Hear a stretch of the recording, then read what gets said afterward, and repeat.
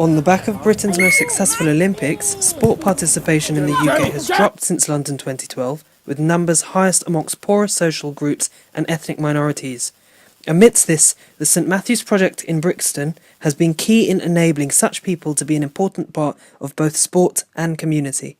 I've been at St Matthew's for about 5 years, and I coach the kids on weekdays, Monday and Wednesday, throughout the summer. When the winter starts again, we're going to be doing Saturdays, and then it's basically a community scheme to keep people off the street. Troubled kids get to do something constructive, they get to make new friends, have a kickabout, develop their skills. I enjoy the football, obviously.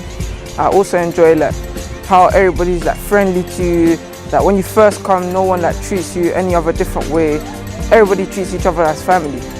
There's usually not around projects like these to help children play football, and it makes you more sociable to talk to people, not just stand here and play football. They're at an age where you can't give up on them, really, you know what I mean? So if they do make mistakes or they keep doing it, you have to just keep trying, because obviously you don't know, or we don't know what their background is at home or in school. So we don't want to turn into that system where we give up on them and we send them away, and that we want to encourage them and keep bringing them in and developing them for their personal growth. When I was living on St Matthew's Estate, I used to take my young daughters to football, just for a kickabout in a park. And one day a load of kids in our block just come up to me and said, can we come? And I just said, well, ask your parents, and that was sort of it, really. They tagged along. I started an after-school football club as well around the same time, and we did a tournament one day, and over the Easter holiday, and 101 kids turned up. And then the organisers of that, which were a housing association and a council, said, would I do something in summer holidays, as a volunteer? So from the kickabout and that, summer holidays of 2004, I said, well, all right then. I did it for 6 weeks. That was meant to be it, and that's 12 years ago.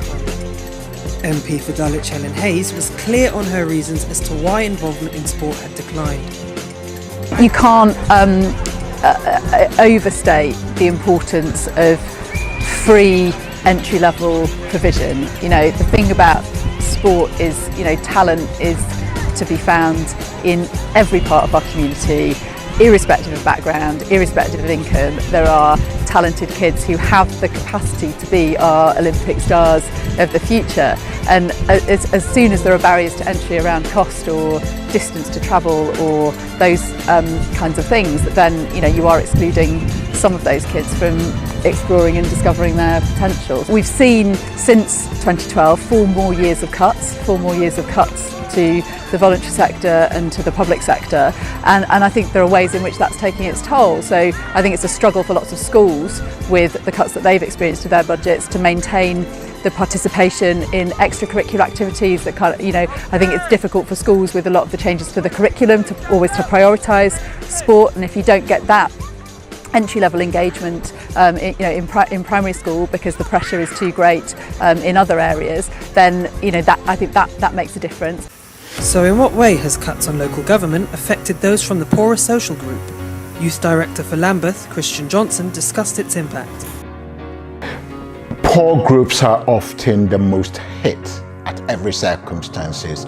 One, because they may have issues about simple things such as basic learning skills. They don't have it. Where do they access the service? They don't know. You put information in front of them, they can't read or write, or they can't make any reasonable sense out. Self-confidence is low. They couldn't go out there and represent themselves or their children. Therefore, they will want to rely on small organizations such as ourselves, where they have that direct contact, face-to-face. They have the trust of that organization, and they can then move forward into a different thing. As a result of that, the impact down at the grassroots level means that most of our client groups are not able to sort of access the large organization, because the large organization seems to be out there, and then the grassroots organization seems to be at grassroots level.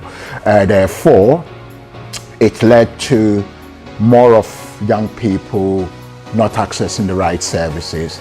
A lot of young families are struggling to cope with different issues that they are faced with, come rent arrears, come education, come even paying their gas bills, for example. The level of advice services out there at grassroots level is certainly very, very low. Do you think there's almost even a class divide? Oh, most definitely. Most definitely.